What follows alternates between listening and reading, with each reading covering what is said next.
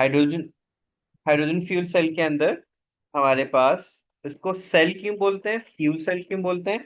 हम लोगों ने इलेक्ट्रोलिसिस में पढ़ा हुआ है, दो टाइप्स ऑफ सेल होते हैं, एक इलेक्ट्रोलिटिक सेल होता है और एक सिंपल सेल होता है। इलेक्ट्रोलिटिक सेल में हमारे पास क्या होता है? What do we have in electrolytic cell? हम current as an input use करते हैं उसके अंदर। ठीक है। इलेक्ट्रोलिटिक सेल में करंट एज एन इनपुट होता है। जो सिंपल सेल होता है मेरे पास, उसमें हम लोग करंट आउटपुट पे लेते हैं। अब now what will happen is कि हाइड्रोजन जो है एज अ फ्यूल यूज हो रहा है, it will lose the electron और would convert as an hydrogen ion. These electrons, with the help of the electrodes, would move across the circuit, which will be as a flow of electron, जो battery से connected होगा और वो उससे move करके जाएगा। These electrons will reach to the other cathode, to the other electrode, where oxygen will be waiting to gain these electrons. Hydrogen ने क्या किया? आया, उसने इलेक्ट्रॉन लूज किए और मेम्ब्रेन से पास आउट होकर एज एन आइन कन्वर्ट हो गया। ठीक है। वो इलेक्ट्रॉन्स आउटर सर्किट से मूव करेंगे एज अ करंट, जो हम यूटिलाइज करेंगे, and will reach to the other electrode, जहाँ पे ऑक्सीजन उनको गेन करेगा। अब H जो है वो बाय लूजिंग द इलेक्ट्रॉन इसमें कन्वर्ट हो जाएगा H पॉजिटिव आयन में। ऑक्सीजन उन इलेक्ट्रॉन्स को गेन करेगा और नेगेटिव आयन में कन्वर्ट हो जाएगा, and they both will combine to give water. यहाँ पे सेपरेट इक्वेशन भी दी हुई है कि H जो है उसने इलेक्ट्रॉन को लूज किया, 4H पॉजिटिव प्लस 4 इलेक्ट्रॉन्स। ये electron will be gained by the oxygen. ठीक है। And they will both combine together 4H positive, और ये पूरी equation, and this will give us water as a by product. इसका advantage क्या होता है कि हमें करंट का करंट मिल गया, पोल्यूशन जीरो, और water as a by product आ रहा है हमारे पास। ठीक है। सिंपल सेल के अंदर हम नॉर्मली क्या अंडरस्टैंड करते थे, मैंने we talk about simple cell, simple cell में हम लोग ये बात करते थे कि जी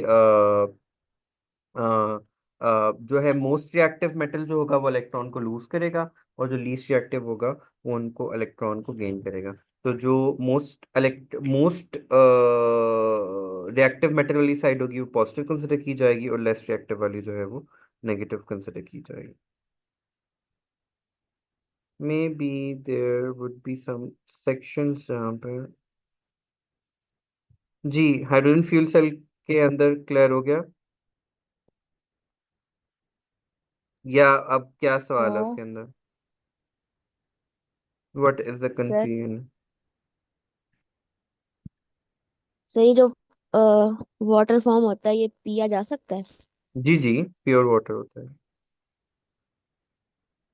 यही ओके। तो फायदा है इसका।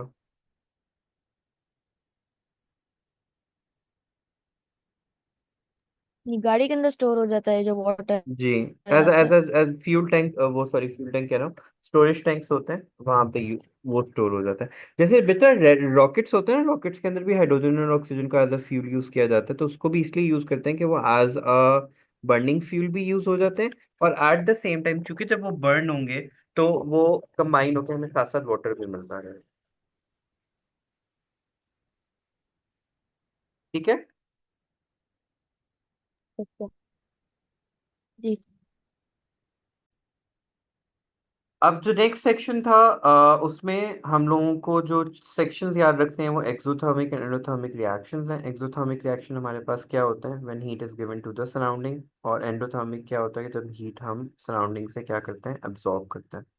एक्सोथर्मिक रिएक्शंस में रिएक्ट प्रोडक्ट की एनर्जी लेस होती है, रिएक्टेंट की एनर्जी ज़्यादा होती है, तो हम एनर्जी लेवल डायग्राम ऐसे बनाते हैं। जो एंडोथर्मिक रिएक्शंस होते हैं हमारे पास, उसमें हमारे पास प्रोडक्ट की एनर्जी क्या होती है, ज़्यादा होती है, और रिएक्टेंट्स की एनर्जी क्या होती है, कम होती है। एग्जाम्पल्स मैंने आपको अक्सर बोला हुआ है कि आप लोग देख लेना, तो यहाँ पे कुछ एग्जाम्पल्स ये सामने दी हुई हैं कि burning of coal and fuel, sodium reacting with water, ये एक्सोथर्मिक है। या अगर हमारी सराउंडिंग जो है वो हीट अप हो जाती है, हमारा beaker is at a higher temperature than the room temperature, it would be an indication कि वो एक्सोथर्मिक है। अगर हमें बीकर की एनर्जी लो है, या बीकर टच पे कोल्ड फील होता है, इट मीन्स कि वो वहाँ पे कौन सा रिएक्शन हुआ है, एंडोथर्मिक रिएक्शन हुआ हमारे पास। ठीक है।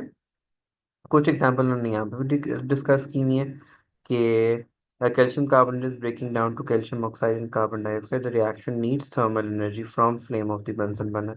जब आपने एनर्जी को इन करना है तो वो एंडोथर्मिक होता है, और जब एनर्जी आउट होती है तो वो कौन सा रिएक्शन होता है? एक्सोथर्मिक। एनर्जी लेवल डायग्राम्स ऐसे बनाई जाती हैं। अब मैं clear up till this point. फिर हमारे पास ये फ्लो डायग्राम्स आती हैं जिनके अंदर हमें एक्टिवेशन एनर्जी और जिसको ई ए से डिनोट करते हैं, और जो है हीट ऑफ एंथैल्पी, उन दोनों को शो करना होता है। Heat of enthalpy delta H होती है। डेल्टा एच हमारे पास अगर नेगेटिव होगा तो वो एक्सोथर्मिक रिएक्शन होता है, और अगर डेल्टा एच पॉजिटिव होगा तो वो हमारे पास क्या होता है? एंडोथर्मिक होता है। कैसे इसे कैलकुलेट करना है वो हम नेक्स्ट पार्ट में डिस्कस करेंगे। ठीक है। अच्छा जी, जो ये सेक्शन होता है मेरे पास, दिस इज द, ये हमारे पास जो है, ये कौन सा सेक्शन है? एक्टिवेशन एनर्जी का। एक्टिवेशन एनर्जी को कैसे डिफाइन करते हैं? The minimum energy required to initiate the reaction. और जो रिमेनिंग सेक्शन होगा हमारे पास, this is for the heat of enthalpy. तो एक्टिवेशन ये हमारे पास अगेन किसकी? एक्सोथर्मिक की है, ये एंडोथर्मिक की है। अगेन प्रोडक्ट ऊपर है, वो टॉप पे है। ये एक्टिवेशन एनर्जी है दोनों में, और ये हमारे पास क्या है? वो एक्टिवेशन एनर्जी। दोबारा बात बताते चलो, एक्टिवेशन एनर्जी क्या होती है? The minimum amount of energy required to complete that reaction. कि अगर रिएक्टेंट्स के पास इतनी एनर्जी होगी तभी वो प्रोडक्ट दे पाएंगे। ठीक है। Is the minimum energy that colliding particles, जो कुलियन थ्योरी बेसिस हम उस पर भी आएंगे बाद में। तो एंथैल्पी क्या होती है? रिएक्शन के अंदर हमारे पास difference of reactants minus product जो होता है, उसको हम जो है हीट ऑफ एंथैल्पी कहते हैं। उसको कैलकुलेट कैसे करते हैं? अच्छा, एनर्जी जो है बॉन्ड ब्रेकिंग में रिक्वायर्ड होती है, और बॉन्ड मेकिंग में हमारे पास एनर्जी जो है वो आउट होती है, विच मीन्स जो बॉन्ड ब्रेकिंग है वो एंडोथर्मिक कंसिडर किया जाएगा, और बॉन्ड मेकिंग जो है वो क्या कंसिडर किया जाएगा? एक्सो कंसिडर किया जाएगा।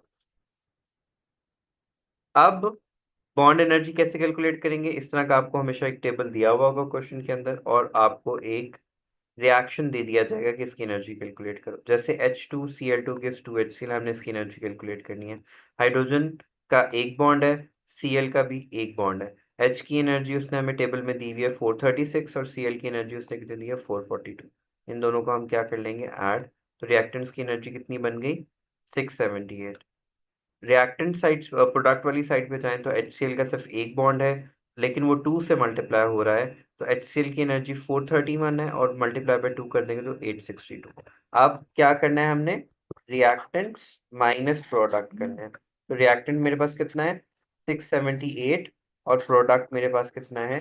862। इन दोनों को मैं माइनस कर दूंगा, क्लियरली मेरे पास नेगेटिव में आंसर आएगा। हमेशा रिएक्टेंट माइनस प्रोडक्ट करना है हमारे पास। नेगेटिव साइन क्या इंडिकेट करेगा? कि ये एक्सोथर्मिक है, और बाकी जो हीट ऑफ एंथैल्पी है ये कैलकुलेट हो जाएगी हमारे पास इसमें। जैसे ये दूसरी एग्जांपल है। अब यहाँ पे देखो NH के कितने बॉन्ड्स बन रहे हैं? 1 2 एंड 3। तो 3 NH के बॉन्ड है, और बाहर 2 मल्टीप्लाई हो रहा है। NH की एनर्जी कितनी है? 391। उसको 6 से क्यों मल्टीप्लाई करें? कि 3 तो NH के बॉन्ड हो गए, और बाहर 2 मल्टीप्लाई हो रहा है, तो 3 × 2 कितना होता है? 6। तो 6 × 391, 2346 आ गया। अब प्रोडक्ट में मेरे पास नाइट्रोजन का एक बॉन्ड है, और हाइड्रोजन के 3 बॉन्ड्स हैं। वो कैसे? कि है तो एक बॉन्ड, लेकिन मल्टीप्लाई बाय 3 हो रहा है। एन की एनर्जी कितनी है मेरे पास? 946। और हाइड्रोजन की सिंगल बॉन्ड की एनर्जी कितनी है? 436। और वो कितने हैं? 3 है, तो उसको मल्टीप्लाई बाय 3 कर दूंगा। अब इन दोनों को ऐड कर दूंगा, 946 और 1308, तो एनर्जी निकल आई 2254। अब ये किसकी एनर्जी थी? प्रोडक्ट की। ये किसकी एनर्जी थी? रिएक्टेंट्स की। इन दोनों को क्या कर देना है? माइनस। 2346 माइनस 2254, अगेन माइनस में आंसर आएगा। तो इसका मतलब क्या हुआ? कि एक्सोथर्मिक है, और वो इस तरीके से। तो एक्सो की energy diagrams, pathway diagrams, reactant कहाँ पे लिखते हैं, प्रोडक्ट कैसे लिखने हैं, बॉन्ड कैसे कैलकुलेट करना है, मल्टीप्लाई कब करना है। अब देखो यहाँ पे 3 बॉन्ड, यहाँ पे सिंगल सिंगल बॉन्ड हो रहा था, हमने सिंगल सिंगल एनर्जी लिखनी। यहाँ पे NH के 3 बॉन्ड्स बन रहे थे, तो तीन तीन ले लिए। बाहर मल्टीप्लाई बैलेंस केमिकल इक्वेशन की बेसिस पे 2 मल्टीप्लाई हो रहा था, वो लिख दिया हम लोगों ने। और इस तरह अरेंज करके हम लोगों ने, जैसे अब ये देखो, यहाँ पे C डबल बॉन्ड कितने हैं? मैं इसको थोड़ा और बड़ा कर दूंगा। How many C double bonds do we have? एक सी डबल बॉन्ड है। और सी एच के कितने बॉन्ड्स बन रहे हैं? एक, दो, तीन, चार। तो ये बन गए फोर सी एच के बॉन्ड्स। अब चूंकि यहाँ पे कोई बैलेंस केमिकल इक्वेशन में कोई नंबर मल्टीप्लाई नहीं हो रहा, तो हमें किसी को कोई नंबर मल्टीप्लाई करने की जरूरत नहीं है। और एच के कितने बॉन्ड्स हैं? Just one. लेट से अगर इसकी एनर्जी टू है, इसकी एनर्जी थ्री है, और इसकी एनर्जी क्या है? फोर। तो टोटल वैल्यू कितनी बन जाएगी? Two plus 12 plus four. ठीक है। अब प्रोडक्ट साइड के ऊपर आ जाओ। प्रोडक्ट साइड पे सी एच के कितने बॉन्ड्स बन रहे हैं? One, two, three, four, five and six. तो सिक्स इंटू सी एच करते हैं। बाहर कोई नंबर मल्टीप्लाई नहीं हो रहा, तो हमें भी कुछ मल्टीप्लाई करने की जरूरत नहीं है।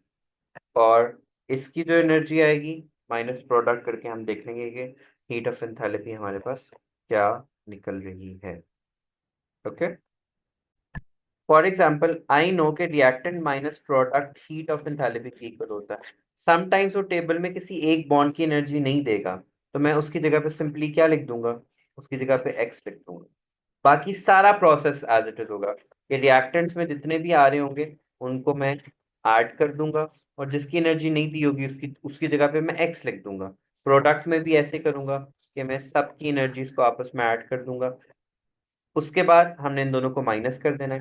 तो माइनस करके जब भी उसने आपको कोई एक बॉन्ड एनर्जी कैलकुलेट करने को दी होगी ना, तो टोटल एनर्जी हमेशा आपको दी होगी।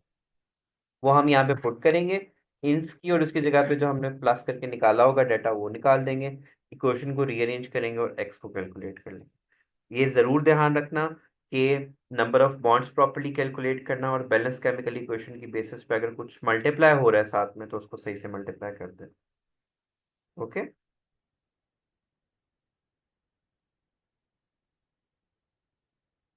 Can we move to the next topic, जहां हम केमिकल इक्विलिब्रियम को डिस्कस करते हैं और कोलेजन थ्योरी को डिस्कस करते हैं। अच्छा जी। Now there is complete silence, so I am going to continue with my last step of this chapter. और उसमें हमारे पास क्या था कि हमने एनर्जेटिक्स ऑफ द इक्वेशन को डिस्कस करना था कि कैसे हम रिएक्शन को स्पीड अप कर सकते हैं। बिकॉज हमारा मेन टारगेट क्या होता है? हमें प्रोडक्ट अचीव करनी होती है।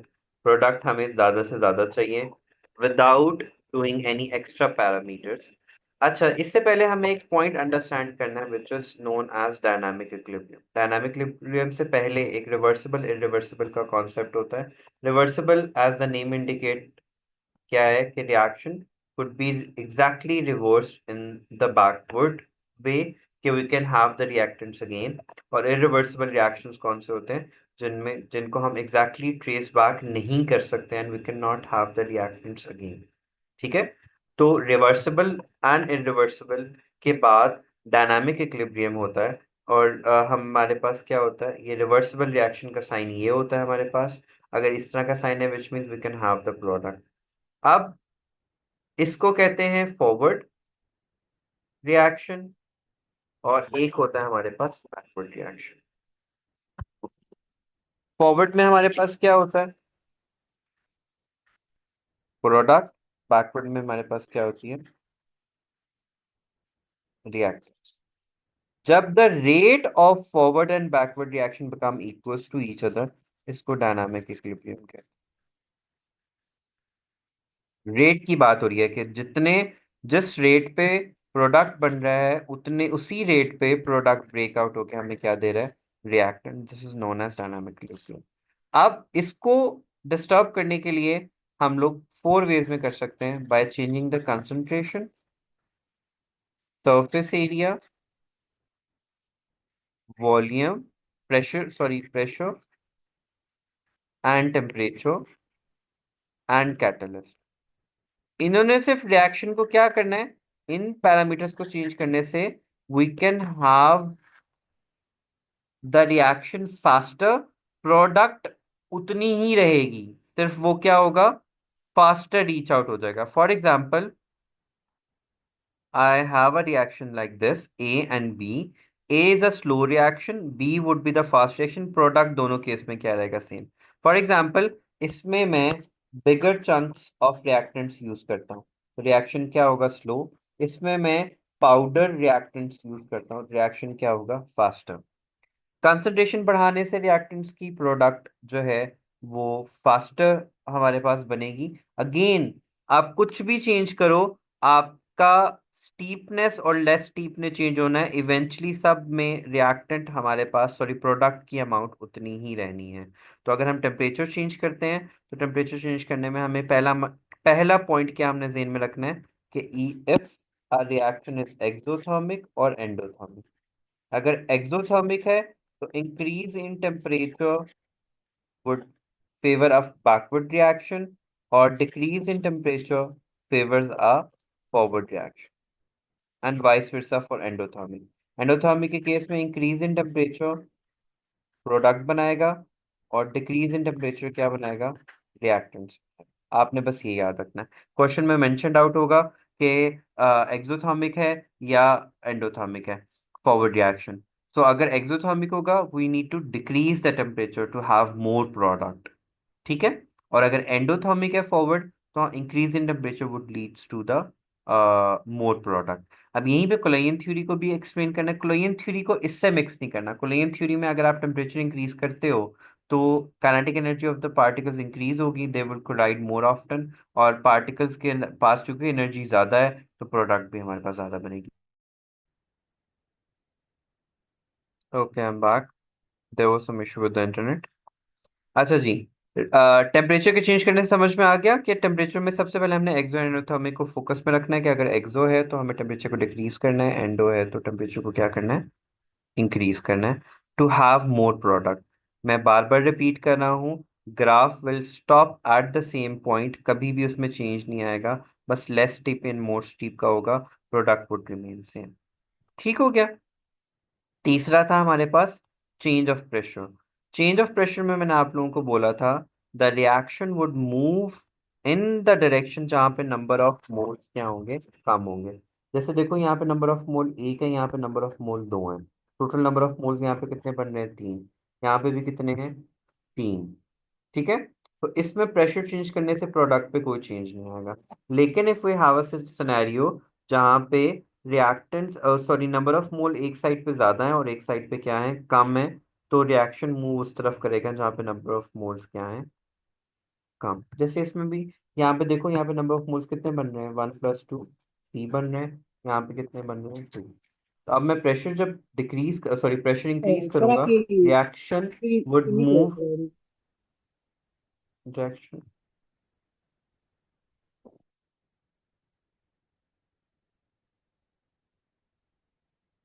सॉरी।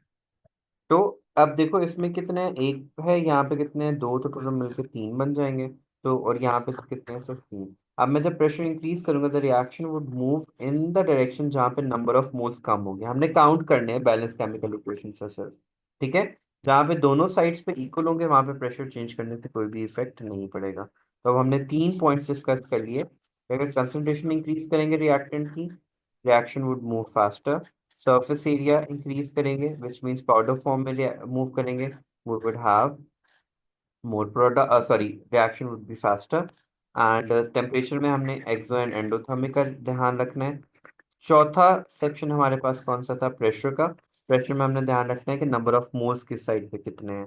तो जहाँ पे नंबर ऑफ मोल्स जितने कम होंगे, वहां पे हमारा रिएक्शन मूव करेगा।